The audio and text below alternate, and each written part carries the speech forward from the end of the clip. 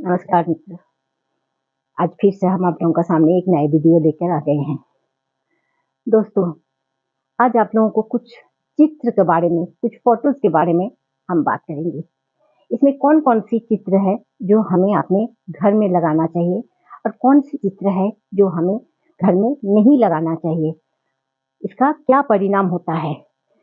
घर में लगे चित्र धन तथा संपत्ति नाश कर देता है, ऐसा भी बहुत चित्र होता है। और कुछ ऐसा भी चित्र होता है जो हमारे सफलता के लिए विशेष लाभदायक होता है। तो चलिए आज हम देखते हैं शुभ तथा अशुभ चित्र के बारे में। कौन सा शुभ चित्र होता है, कौन सा अशुभ चित्र होता है। चलिए दोस्तों, आज सबसे पहले नंबर 1 में हम शुभ चित्र क्या क्या होता है घर में लगाने का, इसके बारे में पहले बताएंगे। भगवान धन्वंतरी का जो चित्र होता है, अगर हम अपने घर में भगवान धन्वंतरी का चित्र लगाते हैं तो इससे हमारा घर में धन का स्रोत बढ़ता है। हमारा घर कभी धन से खाली नहीं रहता है, हमेशा धन का आगमन होने लगता है। अगर घर के अंदर भगवान धन्वंतरी का चित्र लगाते हैं तो घर के सदस्यों का स्वास्थ्य भी ठीक रहता है। इसके साथ साथ माँ लक्ष्मी का भी आशीर्वाद बरकरार रहता है। इसीलिए हम सब लोगों को घर में एक भगवान धन्वंतरी का चित्र अवश्य लगाना चाहिए। दूसरा क्या शुभ चित्र होता है, वो है 7 सफेद घोड़े का। ये वास्तु हिसाब से भी माना जाता है कि अगर आपके व्यापार में बार बार नुकसान हो रहा है, आपको कोई काम में सफलता प्राप्त नहीं हो रहा है, तो आप अपना ऑफिस, दुकान या कर्म क्षेत्र में वो जो दौड़ता हुआ 7 घोड़ा का चित्र होता है उसको टांग दीजिए। उसको पूरब या दक्षिण दिशा में टांगना होता है। यह घोड़ा जो होता है ये सदैव आगे बढ़ने के लिए हमें शक्ति का प्रदान करता है, हमें प्रेरणा देता है कि हमें जिंदगी में कैसे आगे बढ़ना है। तीसरा क्या होता है, राम दरबार का चित्र।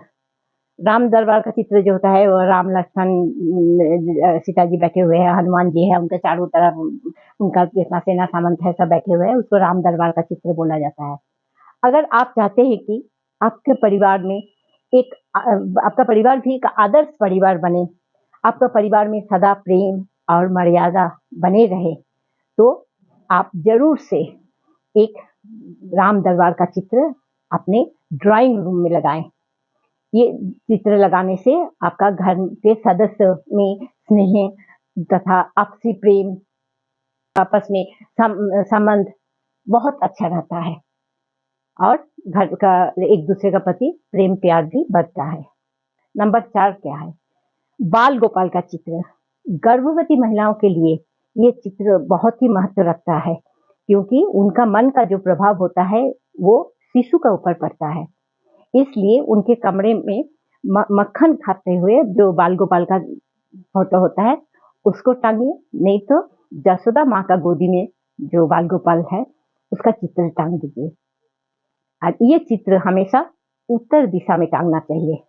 इससे माता एवं शिशु दोनों के लिए ही लाभदायक होता है। चलिए अब देखते हैं नंबर 5 में। नवदंपति जो होता है, जिन लोगों का नया नया शादी होता है, उन लोगों का कमरे में राधा कृष्ण का फोटो टांगना चाहिए। ऐसा कहा जाता है कि नवदंपति का कमरे में ये राधा कृष्ण का जो फोटो है उसको टांगने से उन लोगों में आपस में प्रेम तथा स्नेह का वृद्धि होता है, अंडरस्टैंडिंग बहुत अच्छा रहता है। नंबर 6 है माँ सरस्वती का चित्र। माँ सरस्वती बुद्धि, कुशलता, विद्या और ज्ञान की देवी है। इनका चित्र बच्चे का पढ़ाई के रूम में जरूर से लगाइए। इससे क्या होता है, माँ सरस्वती का आशीर्वाद जो है वो बच्चा का ऊपर पड़ता है और बच्चों को पढ़ाई में मन लगता है। कौन चित्र हम लोगों को नहीं रखना चाहिए।